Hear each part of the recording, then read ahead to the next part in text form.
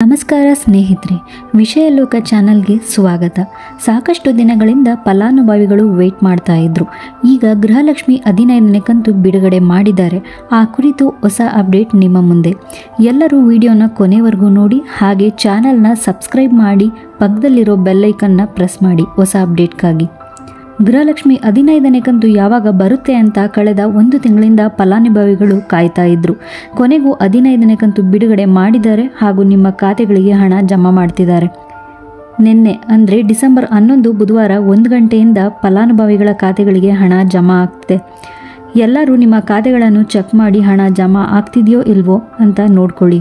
ಏನಾದರೂ ನಿಮ್ಮ ಖಾತೆಗೆ ಹಣ ಇನ್ನೂ ಜಮಾ ಆಗ್ತಿಲ್ಲ ಅಂದರೆ ಇವತ್ತೊಳಗೆ ಜಮಾ ಆಗಿರುತ್ತೆ, ಚೆಕ್ ಮಾಡ್ತಾ ಇರಿ.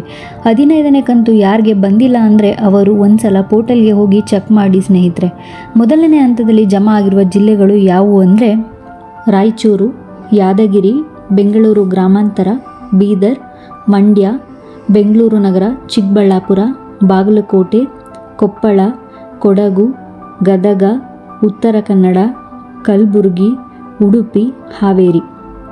ಮೇಲೆ ನೀಡಿರುವ ಜಿಲ್ಲೆಗಳಿಗೆ ಗೃಹಲಕ್ಷ್ಮಿ ಯೋಜನೆ 15ನೇ ಕಂತಿನ ಹಣವನ್ನು ಮೊದಲ ಹಂತದಲ್ಲಿ ಜಮಾ ಮಾಡಲಾಗಿದೆ.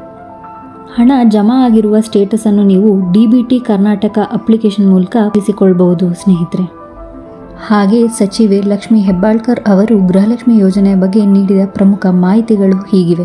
ಯೋಜನೆ ತಡೆಯಿಲ್ಲದೆ ಮುಂದುವರಿಯುತ್ತದೆ. ಕಾಂಗ್ರೆಸ್ ಸರ್ಕಾರ ಅಧಿಕಾರದಲ್ಲಿ ಇರುವವರೆಗೆ ಗೃಹಲಕ್ಷ್ಮಿ ಮತ್ತು ಇತರ ಗ್ಯಾರಂಟಿ ಯೋಜನೆಗಳು ನಿಲ್ಲುವುದಿಲ್ಲ ಎಂದು ಭರವಸೆ ನೀಡಿದ್ದಾರೆ. ತಾಂತ್ರಿಕ ಸಮಸ್ಯೆಗಳ ಪರಿಹಾರ, ಪೆಂಡಿಂಗ್ ಇರುವ ಹಣ ಮತ್ತು ಮುಂದಿನ ಕಂತುಗಳನ್ನು ಸಮಯಕ್ಕೆ ಸರಿಯಾಗಿ ನೀಡಲು ಕ್ರಮ ಕೈಗೊಳ್ಳುತ್ತಿದ್ದೇವೆ ಎಂದು ಹೇಳ್ತಾ ಇದ್ದಾರೆ. ಭರವಸೆ, ಫಲಾನುಭವಿಗಳ ಖಾತೆಯಲ್ಲಿ ಯಾವುದೇ ದೋಷವಿಲ್ಲದಿದ್ದರೆ ಹಣ ನಿಶ್ಚಿತವಾಗಿ ಜಮಾ ಆಗುತ್ತೆ ಅಂತ ಭರವಸೆ ನೀಡುತ್ತಿದ್ದಾರೆ.